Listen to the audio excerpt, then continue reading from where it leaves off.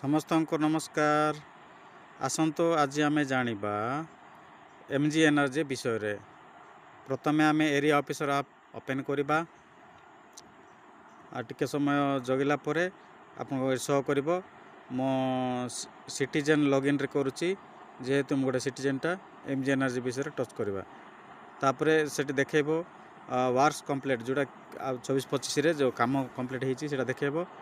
ଆହୁରି ୱାର୍କ ପ୍ରୋଗ୍ରେସର ଦେଖେଇବ, active job card ଦେଖେଇବ। ଆମେ ଆଜି ଦେଖିବା ୱାର୍କସ୍ ଅଣ୍ଡର ପ୍ରୋଗ୍ରେସର, କେତେଟା କାମ ଆମ ପ୍ରୋଗ୍ରେସ୍ ଚାଲିଛି।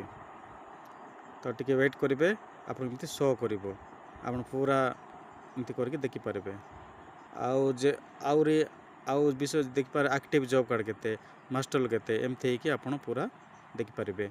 ଆହୁରି ଆମେ ପଛ ଗଲେ NRLM କାମ ବିଷୟରେ, NSAP ବିଷୟରେ, PMY ବିଷୟରେ, ଏସବୁ ବିଷୟ ଆପଣ ଜାଣିପାରିବେ। ଆପଣ area MG energy app upload କରନ୍ତୁ, ଆପଣ ସବୁ ଜାଣିପାରିବେ। ଥ୍ୟାଙ୍କ ୟୁ, ଧନ୍ୟବାଦ।